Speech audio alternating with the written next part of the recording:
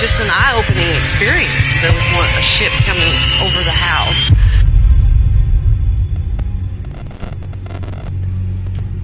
It was like a white light sort of thing that we saw. It was coming out of a cloud.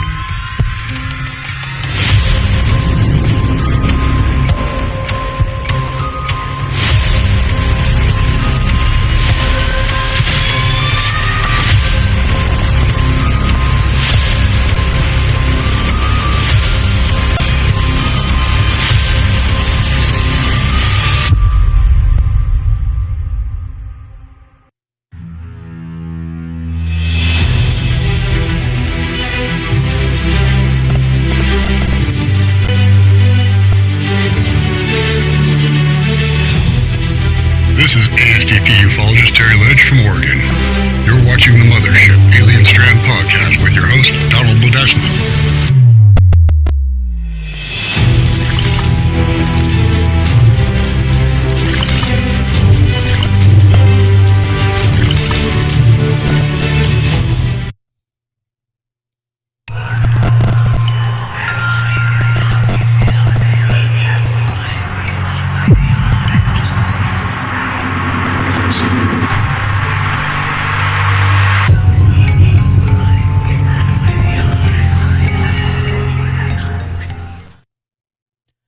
Hey everybody, welcome to this episode of Alien Strand Podcast. I'm your host, Don Ledesma, and welcome to today's show. Man, I am glad you guys made it today. I have a special guest coming on here shortly, but I'm going to just kind of talk a little bit about what we're going to be doing today. So, our guest is Viviane, and she's going to be talking about a lot of her like a hybrid, with Arcturians, things like that. So, but she's going to get into more detailed information about her background, what she's about. I believe she's an author too, and she's got some websites as well. And we're going to bring you guys all the way to where she's at. All right. So, but I just want to welcome everybody to Alien Strand Podcast. I'm glad you guys are here with us today. I know that you guys caught the past podcasts. All right. So the first one was with Disclosure with Mr. Brian to Sing. I hope you check that out. That's about the conference that's coming up here pretty soon. And then I had one with the UFO news. All right. So if you guys are watching tonight, you're watching actually on YouTube, Twitch. You're watching on Facebook. Hello. You're watching right here as well. So we try to get a lot of information to these platforms as much as possible. Of course, on the audio, we are live right now on Spreaker. And then, of course, it'll be on 20 other platforms after today. So you'll be listening back, and you can actually watch these on YouTube. If you are watching us on YouTube, click us a like and subscribe, all right? And then we'll be able to... just kind of grow a little bit as you guys, tag along with us today. So, I hope you guys caught these past podcasts as well. Today, of course, is going to be Signals Astral Meetings. That's what I call it today, with Viviane, I believe it's Chauvet, right? I think that's the way I say it. I don't know if that's right, but I'll let her correct me here in a minute. So she'll be on here shortly. Like I said, the podcast we had before with Mr. Brian to Sing, go catch that on all the Spotify, iHeartRadio, all these podcasts, audio platforms. You'll be able to catch it there. Google and ask Alexa. She'll play you for some Alien Strand podcasts. All right. So don't forget, catch my ebook. It's still floating out there. CE5. It's a small guidebook. Kind of shows you how to do CE5s. I just released it a couple of weeks ago, and it's floating out there. It's helping people out there. I'm getting some good feedback on it. Thank you guys for purchasing the book. I really appreciate you guys for that. Don't forget, ASDP is Alien Strand Disclosure Project. There's no I in team. We all work together as a team, all right? So if you need to contact us there, ASDP-UFO.com. Check us out there, or Alien Strand at alienstrand.com. Go check us out there, all right? And don't forget our Middle Tetralogy. It's still out there. The first movie and the second movie is out already. Part 3, I actually uploaded it today to Amazon Prime. You can actually watch the middle on Vimeo already. So you can actually watch Part 2 there. Part 3 will be released here shortly after, all right? So, I want you guys to keep an open mind of what we're going to talk about today. And I'm glad you guys are watching out here today. And we always have an open mind. Keep your eyes in the sky, watch out for UFOs and all the good stuff out there. And if you guys are listening out there right now live, if you guys are some truck drivers, whatever, be safe on the road. Thank you guys for listening to Alien Strand Podcast. If you got to get out, take a picture or video, step out of the vehicle, do it where it's safe to do so, and take your video and photos. All right, we really appreciate you guys to be safe. Okay, so without further ado, let's go ahead and get our guest on the show right now. All right, so here we go. All right, hi Viviane. Hello. How are you? Hi Donald. I'm doing pretty well. Thank you for having me. How are you doing today? I am doing well. I'm going like 100 miles an hour, like I always do. it's just one of those. Bad. No, I know. But thank you for being on the show today. I know you've been doing a couple of documentaries, right? You're on a few documentaries out there, and you of course you have your own websites, and let's everybody introduce you and tell everybody what you're about and what you do. Yes, thank you so much. And it's a perfect energy to introduce to your listener and your audience.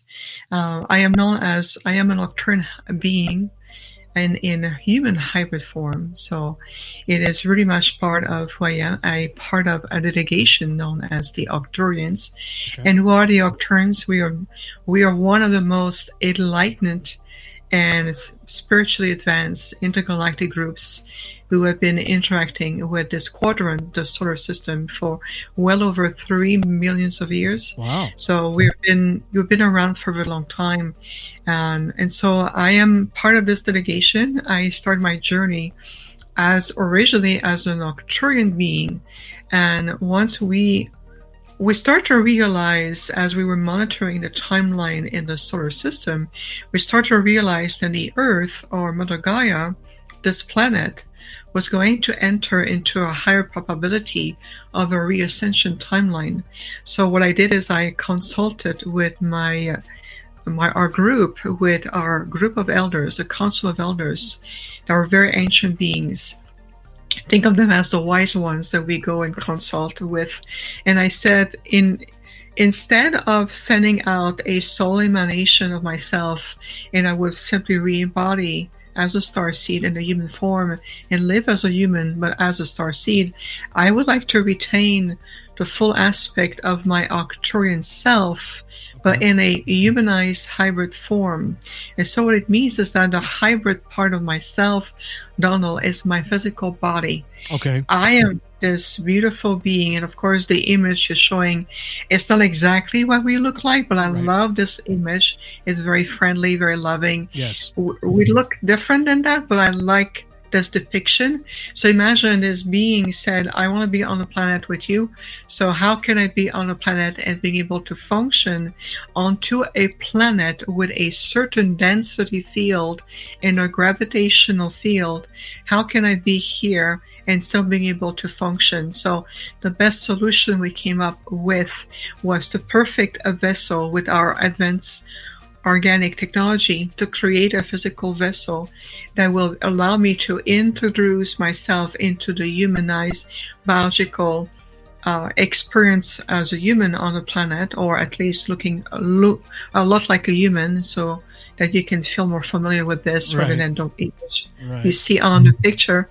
And then I could bring in directly an aspect of my Arcturian avatar self into this very specialized engineer vessel, and then be on the planet so I can do my work more on the ground rather than remain as an intergalactic being communicating with more human beings and doing work that way. And why did I choose to do this? Well, first, number one, we knew that by re-entering the biological, physical reality of the human race, I would have a much more direct, positive, more impactful connections with humans, all life evolving here and on the planet herself. And of course, we understood that we will be more effective in our role in how we can really support humanity if I understand what it feels like to be a human first. The thing is that about Arcturians is that we're so ancient that we have evolved past a lot of the challenges that you go through right now. So when you are evolving and you are living thousands of years and you can stay in the same physical body for 1,000 of years, you forget a little bit what it feels like to go back to the ABCs. You kind of forget what it feels like to go back into a polarized, linear time construct type of realities. And you have to relearn everything that you are. So I want to be right on the planet, and it's very challenging for us to do that, because when you look at a beautiful being, and again, this is just a depiction, but if you look at the events in the galactic cosmic being, we vibrate at such a high level that our physical form has evolved well beyond that heavy density body that you have right now. So we have evolved beyond that. So to you, we would be more of a almost like ethereal in nature. That's because our frequency field is so high that all the ions and the body energy vibrate on a luminous level. So can you imagine condensing yourself into a form that will comply to a civilization's requirement and be living on a planet that has this, there is design for that civilization, but not for you, because you come from a completely different background. So this is why I say I am an Arcturian being, but in this humanized hybrid form, so I can speak and be with you here on the planet. And I'm here as an ambassador at the same time for mainly for my Arcturian delegation, but also I work and collaborate with a great many other delegations, Donald, whether it's the Andromedan, whether it's the Syrians, whether it's the those from Alpha Centauri, the Lyrans, the High Council of the Pleiadians, I mean, name it. We're engaged with many of these beautiful star groups. Well, let me ask you this. So when was it exactly did you have your actual, I call it the awakening, right? Because you have that awakening moment in your life, because as young children, and then as we grow into teenagers, and then we get into adulthood, young adulthood, older adulthood, when we're teenagers, our minds are going 150 miles an hour, right? And we're just kind of just not really there. But some people get their awakening early, or some people get it later in life, right?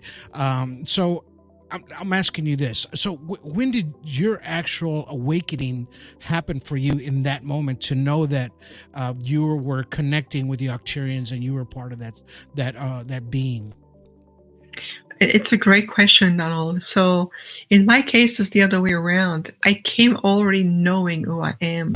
Okay. And so I will remember instances, even at a very young age as a child. I would look around me observing. I was observing a lot the human behavior, how other children behave with each other. What is the interactions between adults and children, the interaction into the educational field. Like, I remember many instances standing at recess in elementary school at recess time, the kids are screaming and they come outside with balls, and then they want to play tag of war, or they chase each other. Right. What was my pleasure, so to speak, was just to stand there watching these interactions, understanding why throwing a ball at each other induce pleasure. It felt illogical to me. Right. Why racing after each other seems to invoke deep joy of screaming and other form of expression. Why is there so much conflict between children? Right. Instead of encouraging more of a collective consciousness? Why more putting energy on the individual expression rather than the common group of the group? So these are all these thought process that run through my mind. And at the same time, I am in communication and symbiotic communication with my Arcturian father and my delegation. And they coach me. Well, this is how human beings relate to each other. just go play, feel, let your physical vessel interact, see what happens. So I have learned this way. I will remember even in high school, sitting in a classroom, watching my French teacher talking, and I can feel her energy. I can feel that one particular adult had a lot of passion to teach children, and I found it fascinating from her. And how the others would respond to her in terms of or disconnected or either, have an hormonal influence or something going on. But I was always been in that state of awareness. Now, to your point, has my awareness increased over time? Yes. Right. And I would say one of the pivotal time for me was mainly when I was in my early 20s. I would say around between 2021. Okay. This is where my delegation father came, my Octarian father, and he said, now we're going to prepare you for the next phase of your mission. And so I get into body upgrades, and then my consciousness would shift. And then I would, I can feel that I was getting prepared for what was coming for the next part of the journey, and went off to college and then work, and I did explore a multitude of what you would call normal 3D arenas, like school or higher education or having a job and moving out of your parents' house, having your first apartment. Right. But all of these experiences were stepping stone to allow me to identify how things are evolving within this field. And we were also monitoring at the same time how the global consciousness of humanity was also shifting. Where were the blockages? What is the influence? How things are shifting? I mean, if you look at, for example, late 80s, 90s, the word hybrids were either for sci-fi novels, movies, or if you have a private group or really you love science fiction and you talk about the possibility of seeing craft in the sky and how hybrids, how that can play out. But you were not talking about it as openly as it is today. Right. So we have to wait patiently in parallel to the conscious collective of humanity to evolve to this point where certain linguistic, like hybrids, extraterrestrial, first contact, disclosure, have a different understanding to it, and it has evolved in the semantics meaning of it. So this is why for the last 12 years I have been much more public, because now it was time for me to emerge on a more public scene to allow the next level of interactions to say, hey, you've been looking a lot in your sky, but at the same time you have a lot on the ground with you. Right. And part of us is, I am here with you, and I know that my look is very convincing. They did a great job to create this vessel, but I am who I am. I am this Octarian being, and we're here to supporting you, remembering who you are. So we are a future example of the potential of yourself, reflecting back to you. That's mainly, if I want to summarize it in a positive light, for our delegation, this is what we're here to do, to help you remembering really who you are. Does the when you connected in to knowing that you're Octarian, right?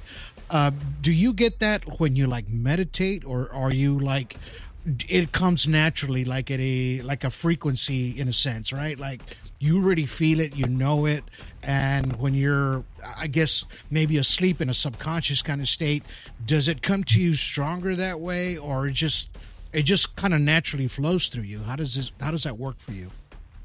That's a good point. I like you described it different ways. So first, it's very organic.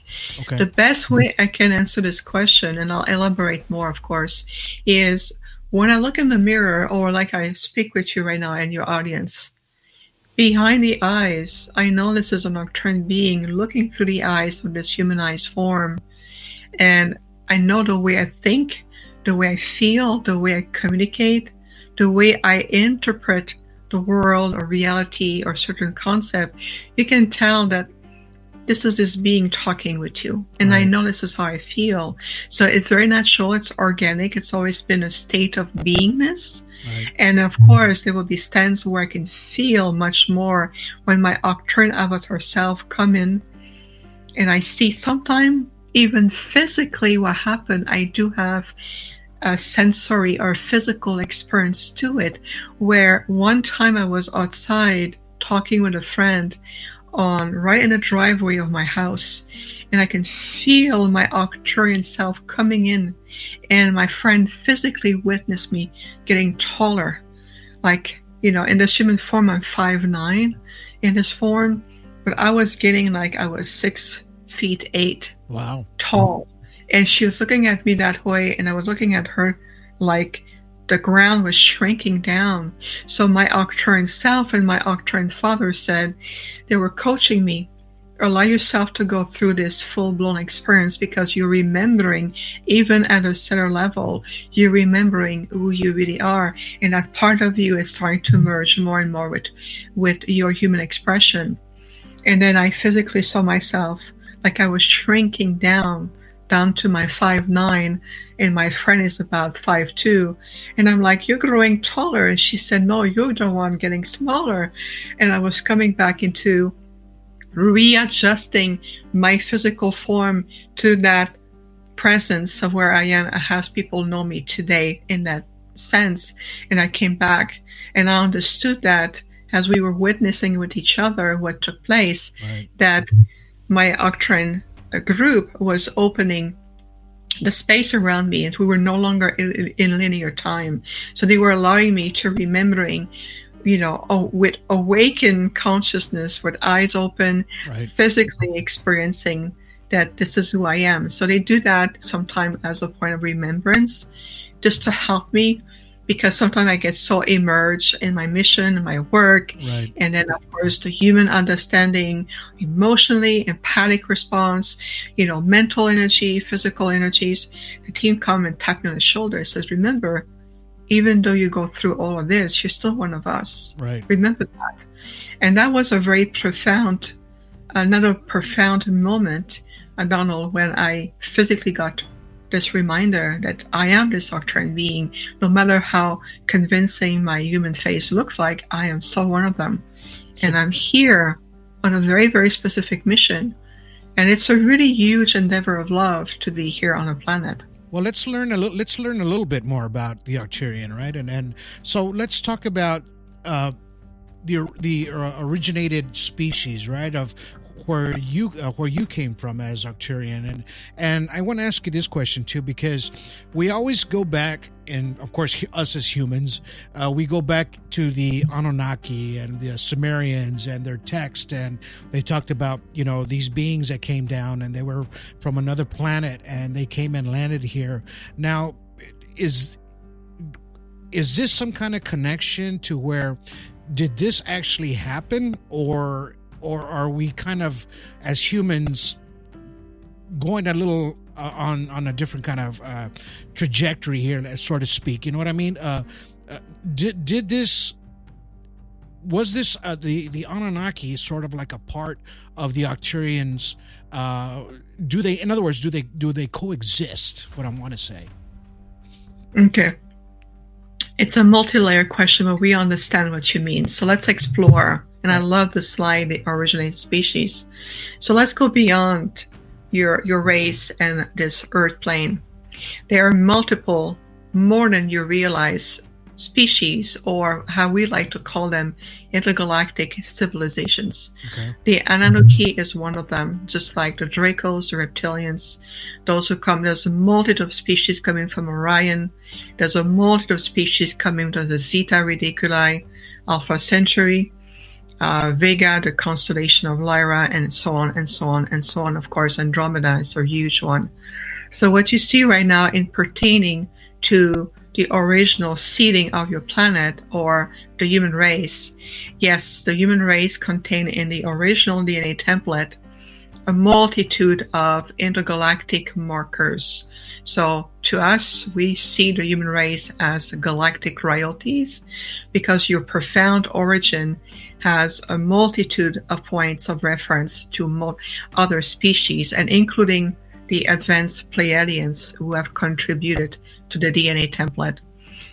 Arcturians, we have a different philosophy and roles, in the sense that first we have a non-interference philosophy, meaning that we will never interfere in the evolutionary or the karmic evolution of a civilization, right, whether they're humans or non-humans. It makes no difference to us. So what we have done is, since we came across this quadrant within the Milky Way a very long time ago, we've been monitoring the process and the progress of how many, many other species have come to your planet, contribute to the human template. But we have brought information or genetic information onto the planet well before all of this began. So think of us as more almost like the master Zen behind the scenes. Some people call us the grandparents, and that makes me smile. But we have a different approach. So the Anunnaki are a very distinct group on their own. They have a different mentality, different evolution, different agendas, different, knowledge that has nothing to do with us. It's just another species that exists in the multiverse. And for the Arcturians, we have been bringing in genetic codes and vital information onto the planet, into the ecosystem, well before the Anunnaki came and all this energy came down. So let's just say that our involvement is on a different timeline than what the Anunnaki did. And of course, today, if we fast forward into the generation of who you are today, what we are doing is we're helping, along with other very spiritually enlightened groups, we're helping the human template to return into the original celestial self.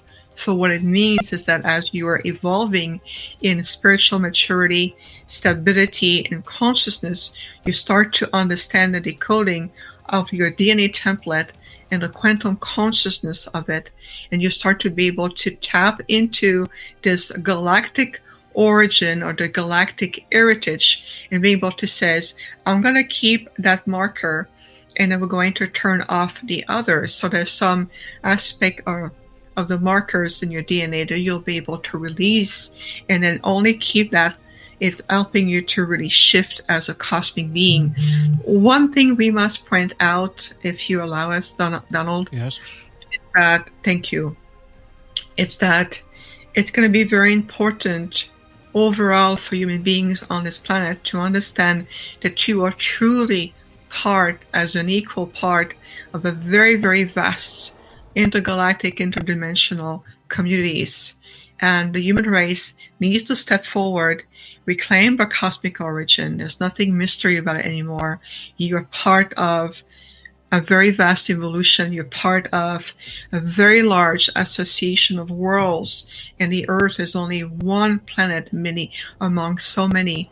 And start to open yourself more onto a universal mind. So when you see craft in the sky, like balls of light or something, orbs or shape, whether it's triangular shape or cigar shape or the classic flying saucer, silver disc, or whatever object that you see.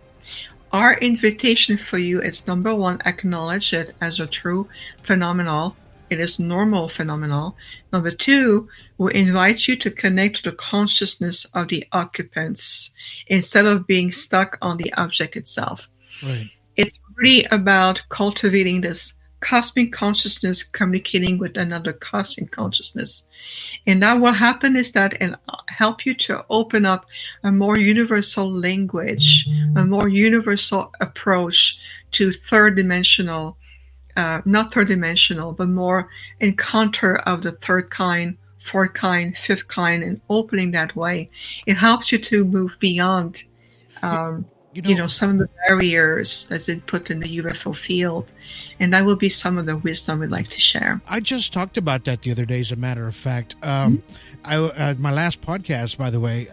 So I talked about, as when I was growing up and just kind of wondering when I saw the extraterrestrial craft up in the sky, when I've seen a few, right? And I brought the attention to everyone as to where when we actually, as a human form, seeing this extraterrestrial craft up in the sky, we're wondering, and we're just looking at the craft, right? But we never, what you just said, we never wonder what's inside the craft or who's piloting this craft, right? And I believe that when we do these CE5 connections, right, and when these people make contact, in that sense that they tell the craft, can you move to the left or can you blink? And it's actually listening to you, and it's way up there, right? So it's connected to your consciousness already, right? And that's how it's communicating with you. So in reality, you're talking to the pilot or being inside of this craft. And that's how you're communicating with it. Now, when you're doing this as us as humans, once we make that connection, I'm going to ask you this question. Once we make this connection, does that connection stay within our frequency, within us? In other words, to you as that person, to where you can actually make contact again and they will answer? Actually, it's a fantastic question, because what it does, it does increase your field of receptivity. So every time you initiate a more higher consciousness connection, when you ask a craft or an object, okay, power up, show us that you're there. And as a response, you know that you've established a first level of response. Right. Now, the next level is move beyond asking the craft to move in any desired position. Ask more in terms of the beings, I wish to establish a positive connection to you. Right. And you can utilize the protocols, asking the beings, are you of the highest light? And ask that 3 times in a row. Bring authority, bring your light. It's one being connecting with another. It doesn't matter if physically they're completely different from you or what planet or system they come from. There's a universal language they will understand. So if these craft come, and some of them can be just observer, neutral, scientists, they can be also just monitoring the evolution of where are you on the planet, where are you on a consciousness, and some of them, well, they do have other ideas in mind. So establishing that protocol allow them to see that they're dealing and they're looking at a very intelligent species communicating to a protocol. And I always encourage people, with whether it's an experience in your bedroom, whether you felt you in this astral plane, meaning dream states, whether you're driving on the road at night and there's a craft and you start to feel the craft wants to stay there, wants to get your attention, get your protocol. Ask, are you of the highest light? 3 times in a row. It is well known. I teach that to my clients. It is a very well-known protocol, because the frequency that you are emanating at that point, you're really redefining the quality of what that species or that conscious connection may take place. So that's number 1. Number 2, one other loving advice we can bring from a nocturne perspective is clear self, clear your memory field and your subconscious field from the fear of gray energy. Why? That's because you've been so programmed by media, documentaries, movies, and for generations, especially since the Roswell crash in 1947, that everything has to be around, zeta reticuli, whether it's the big head with the big eyes or looking in a certain way. So your subconscious and your global conscious field is imprinted with the energy around grace. Now, I said that as a loose label. Why? Because the word gray will invoke different things to everyone, but there are so many multi-species even within a label of grays. There's so many of them. Some of them are extremely ancient. They're very tall. They're one of the most ancient beings in the universe, and they have nothing to do with those who've been interfering with your planet for so long. So that's one of the things that needs to be released yourself from, to reteach your nervous systems, your ability on a conscious level to understand and accept different forms. Now, if you were to see a true Arcturian, you would go, whoa, you got nothing to do. You look nothing like the grays. But your subconscious would say anything with a round head or bigger eyes, it's gray energy. Right. That's a big one to clear and heal yourself from, so that you can travel, understanding your own human connection to the cosmos and how many multitude of consciousness are really listening. Some of them have nothing to do to the humanoid form. Others will look very different from you. We cannot be put in the same bag as the Greys, though, or the Reptilians or the Draconians. That's part of the deprogramming, the unwinding around the UFO connection, if that makes sense. Well, I mean, I believe, like I said, that there's thousands of these crafts that flying above our atmosphere. I mean, we catch them all the time. I have a good friend, Anibal Quiñones Caballero. He point his camera at the sky, and he's got these beautiful filters, and they're just one after another after another. There's thousands of these things up there, right? And they're constantly watching. And then there's some different sort of biological looking craft as well, right? That kind of shape shift a little bit. And I kind of think about that these biological forms of these UFOs that we call them, or UAPs, that they tend to they connect with us in a sense to where, of course, we're trying to figure out if there's a pilot in there or not. Some of us do or don't, but to where, how do we know who we're talking to, or when you're asking it if it's a good one or it's not a good one, do they take off? Do they just leave, or do they just not respond? And then what's your take on, like, if you were to, like, I've made a couple of films, right, and on documentaries on some folks that have had bad experiences with these things, right?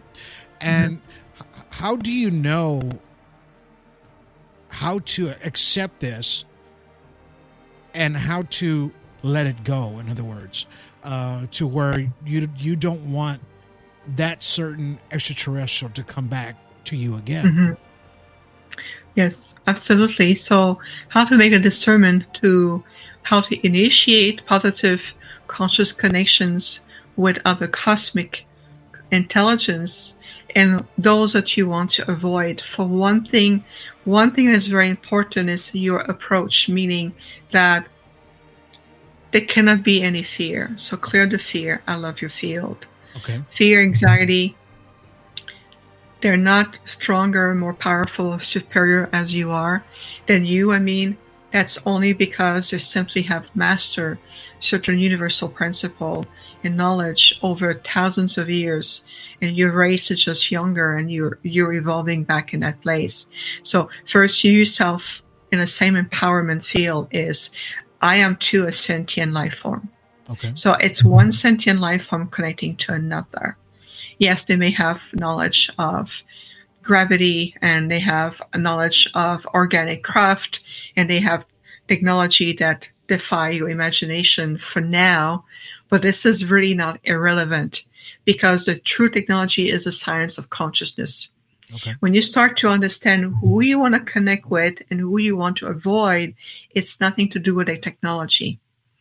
If it comes to you constantly with their craft, different shape of form, lighting, and all of it, you can say, okay, we passed that. What I'm interested is connecting to the consciousness behind it. And if you have nothing else to offer me but technology, I'm not interested. Okay. This is no longer about a technology. It's about the consciousness. Right. take the enlightened ones, like the high Pleiadians, ourselves, the Octurians, the Syrians. We have other things to do than just to show us our craft. We're more interested in connecting with you directly as point of contact so we can share our wisdom and our knowledge with you. So most likely you will not see as many Octurian ships that way because we're too busy monitoring in proximity to the planet and in the corridor within the planetary system right here in your solar system. We're too busy monitoring who enters your field and who doesn't, rather than show us our craft in the sky to you. We're more interested into making contact directly to your consciousness so we can get you acquainted with our frequencies and helping you to shift into a higher state of empowerment. And there's many, many groups who feel the same way. Now, there will be other groups who are more neutral. They're not necessarily negative or nefarious. They're just more neutral. Right. And yes, they're just a little bit higher in terms of technology, understanding of universal laws, universal mechanism. And they come to you and their craft, and they make contact. And they watch to see how humans react. They watch to see how you're utilizing, armory, how you're utilizing like nuclear technology, or how are you utilizing different form of technology that may either arm yourself and arm others, or it can be done in a very advanced way that can contribute and protect your planet. That's probably their role, to come and monitor where are you in your progress. Those you will see more craft, because this is what they come to do. And there will be those who will present themselves to you and they have no interest in communicating with you. They're here to study, to get what they want, what they need, and they leave.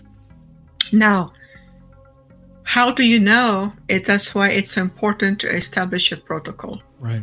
And to understand also to know that these sentient life forms, let's call them, interstellar species, these sentient life forms evolve well beyond this Earth, this constellation. They have a different protocol, different outlook. They don't have the same emotional component as you. They don't have the same moral put in place that, I cannot enter your house without your permission. We understand that because we understand how you function. We never enter your house if you're not invited.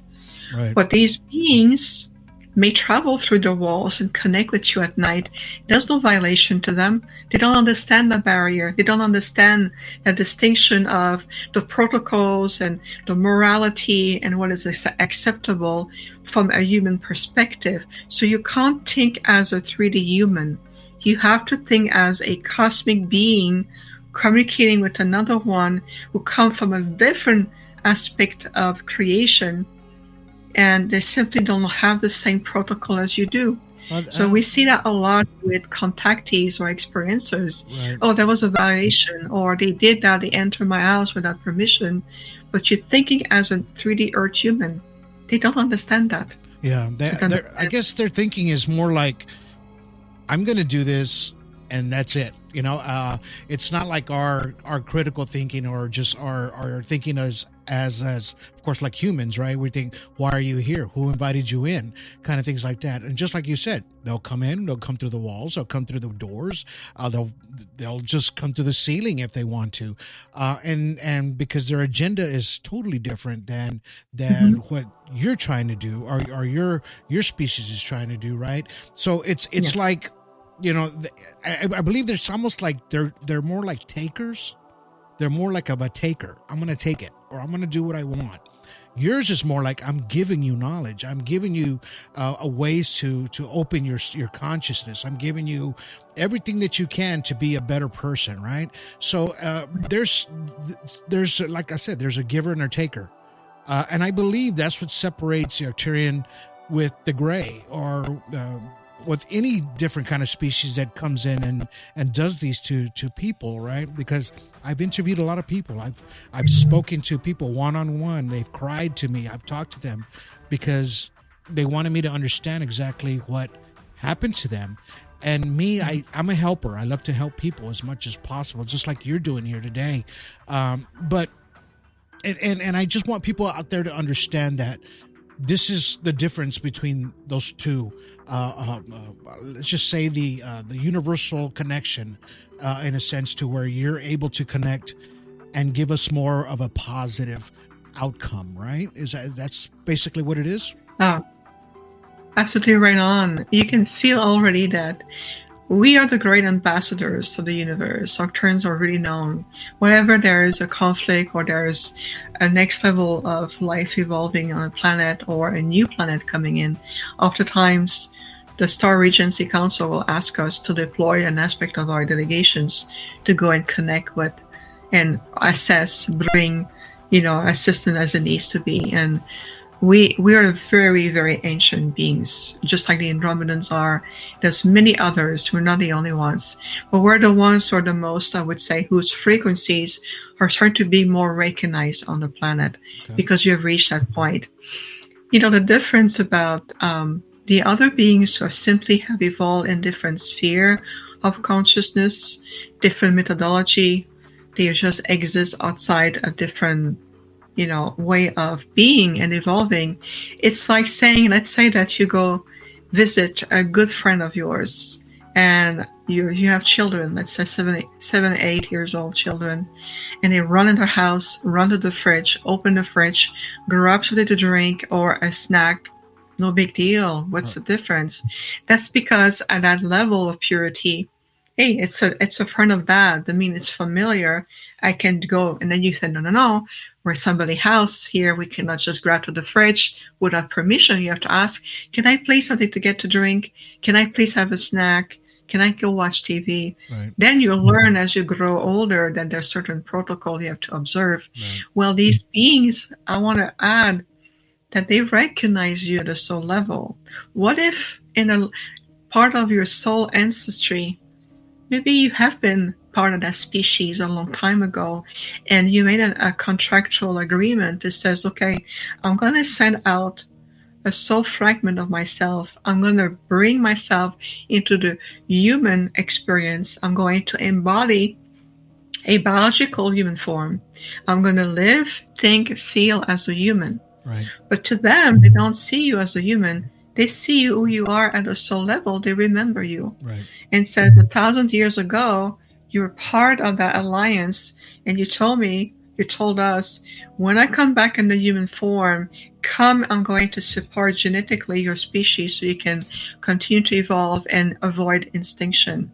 So they come the genetic material that they need. But to you forgot, because part of the human experience is those veil of forgetfulness. Right. So it felt very intrusive. And I do respect that. I have compassion. I am here physically on the planet with you. I do understand the delicate balance between how you feel and how these sentient life forms will think. So what do? Arcturians, and we come and we teach them. We coach those species. Look, when you come in human form, when you come to interact with humans, even though you remember them as one of yours, or you remember them as part of the alliance, or you remember them into that timeline, in this lifetime, the dynamic has shifted. So we coach them. We've done countless of time coaching species who come to the earth and remember certain groups or want to communicate directly. And we say, well, when you are in the sphere of existence, you have to have certain protocol. Right. Because otherwise you can disrupt the human body or the nervous systems or the immune system or create trauma at a subconscious level. And they go like, why are we creating trauma? It doesn't understand. We have no frame of reference behind that to understand that concept. They have no frame of reference to understand that. So we come and we teach them. Okay. You guys are pretty much the guardians of the good, right? Pretty much just trying to show the world and teach everything of good. Now, I got one more question for you. Of course. So we've heard this from the past, and they've talked about it over and over in our governments and in the news and everything about the Federation of Galactic Guardians of a sense, right? Not guardians, but like a federation of galactic beings that have some sort of a treaty amongst each other, and they they have sort of like a treaty with the United States as well, right? It's like with us as human beings, I guess I'm going to say it that way. Has this taken place? Is it taking place now? And is it going to be around for a long time? It's a great question. So again, multi-layered. It has been taking place for a lot longer than you realize. So I'll give you an example of this. A long time ago, we, the Octurans, a delegation of us, approached the UN, and we approached the government of the world. And we want to bring in our knowledge, not our technology, because our technology is more organic based and it's very advanced. We are well known for our technology in the universe. Octurans ships are known to be extremely powerful and effective, but it has to be done with the understanding of what you are looking at to prevent destroying yourself, right, to prevent to destroy other planets, what we have witnessed in our history. And it's a tragedy to lose a planet more than you realize. Yeah. So we have approached many layers of government a long time ago. And a group of delegations of Octurans, I remember clearly, have memory of it. And we were turned down because we were not bringing technology to advance their agenda. Well, that makes sense. We said that does make sense.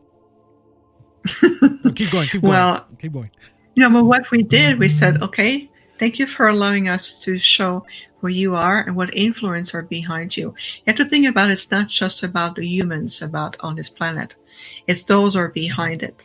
About the Draconian, the reptilians, and all these other more, let's call it denser beings who come and take their resources, feed about what they want, and maintain their so-called authority. And so when they saw us coming, they went like, oh, not Octurians, not here, because they know what we're capable of. And we said, we bring first diplomatic approach. Right. We're great diplomats. And we're going to bring you the knowledge that will help to uplift your planet and yourself to the point you're going to accelerate your evolution and get you out of that completely illusionary time linear construct.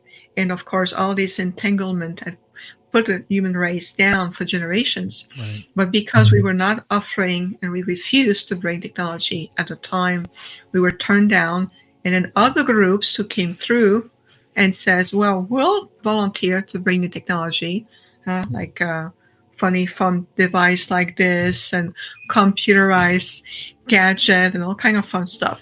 We'll bring you technology, but in exchange, we have a cost. We're going to ask you for this, and that. Right. And then, unfortunately, the timeline has been put in that way. This is where you're here today. You are in that timeline where you're here today because that potential, the timeline potential that we came in to offer was denied. And we're not the only ones who did that. So what did we do? We went to the population instead. So we have a multitude of point of contact on the planet who will say, oh, yes, I know the Octurans, or I know an aspect of them. I work with them. I channel them in my work. I always been in communication with them. They're teaching me some aspects. So what we do is that we deployed our field or a network of knowledge over the planet through our point of contact to human beings who are more evolved, more spiritually awakened, and are here as point of anchor. And so we did it that way instead. Wow. And this is why we're no longer interacting with governments until things are going to change again, because you are in the pivotal time on your planet. Right. But for the time being, we went through the population worldwide, and we still have our ship in proximity to this planet, to the Earth, and we're here to monitor. And I can tell you, think of us as a great gardener. We're pulling out weeds out of your atmosphere. There you go. Like, no access to your planet. No. Yeah. Unless you are showing a willingness to change. The same thing with many alliances or councils we're a part of.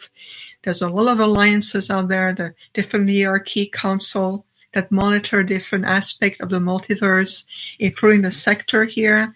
That a part of us is assigned to this sector, and other part of ourselves are assigned to other sectors. So the same thing, we work in partnership with those who are in the same, I would say, state of consciousness. Right. And that's perfect. That's a perfect way to talk about that way, because that's what it is. It's consciousness, and when we're and you're bringing a lot of awakening moments to a lot of people, and you're helping people, and I'm glad you're doing that. So our conversation has come to an end, unfortunately, but thank you so much for all your information on everything that you have. How can people get a hold of you? Thank you for asking. And our time went so quickly. It's incredible. I feel like today we really went into the core essence of what real disclosure encounter connection is about. And to know that there's so many other sides to it than what you've been told over and over again. Right. So how to connect with us? To me, I always speak as a collective, as a we. My website is Infinite Healing from thestars.com. I do have an online Arcturian community with membership. Every month with the members, we do teachings, meditations. We have the Arcturian Holographic Group Healing, which is a monthly series. And we also have the Arcturian Healing Arts program. We just finished the program in April. I'm going to resume it again, most likely in the fall. And there's much more teaching coming through. We're working behind the scenes on other projects. So sign up to our newsletter to keep up to date. There'll be much more, and we are evolving. We are truly evolving alongside with you. And really fun fact, I'm going to be speaking at a seminar I see called Galactic Origins. That is December 14th to the 21st, leaving from the port of Orlando, Florida, with many other amazing speakers. And we're going to be traveling right along the Mayan line, a timeline with Cozumel, Belize, and other places. And we're going to be talking, experimenting, and offering all about galactic origins. Wow. So let's embrace who we are. Wonderful. Well, what I'll do is I'll put the links up to this podcast on the audio and the video after we're done today, where people can find you. And then, hopefully we can get you back on again, and we'll have another really good, deep conversation like we just did. It was amazing.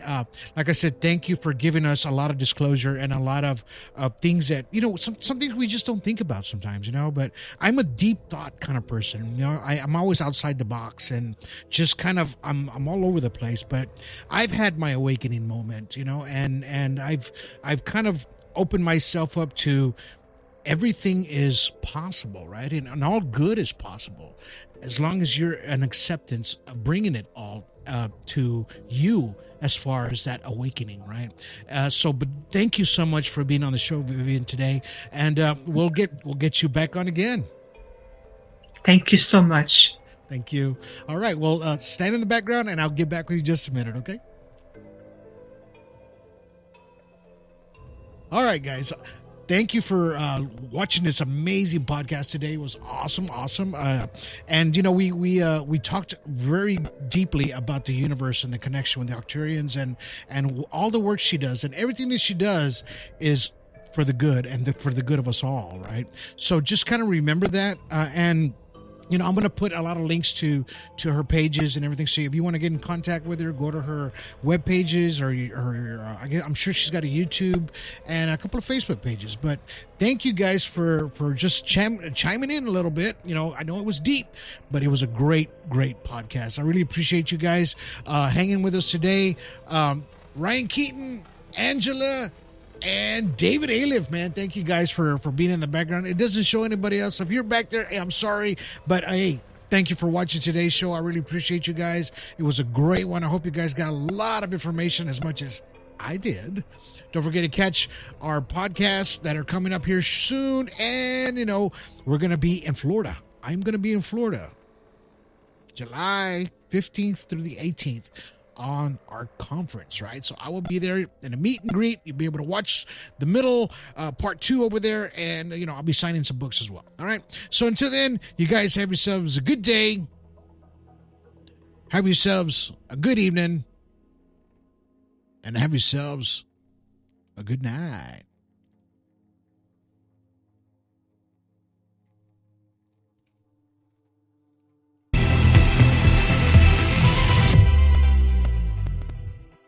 Join your fellow Starseeds, Lightworkers, and Experiencers at the 2024 Full Disclosure Now Conference, this July 15th to 18th. This conference will be a fun and positively life-changing experience for so many. In addition to 4 days and nights of presentations, there will be special event dinners, dancing, fun time on the beach, UFO night watch tours, film screenings, vendors, and more at the lovely Serrata Beach Resort on St. Pete Beach, Florida. Over 34 Montauk Project survivors, Secret Space Program whistleblowers, ET contactees, and psychic healers will be presenting in the name of the Full Disclosure Movement. The truth must be revealed if we're all to achieve our Star Trek future here and now. Get your event passes and book your stay now at fulldisclosuremovement.org.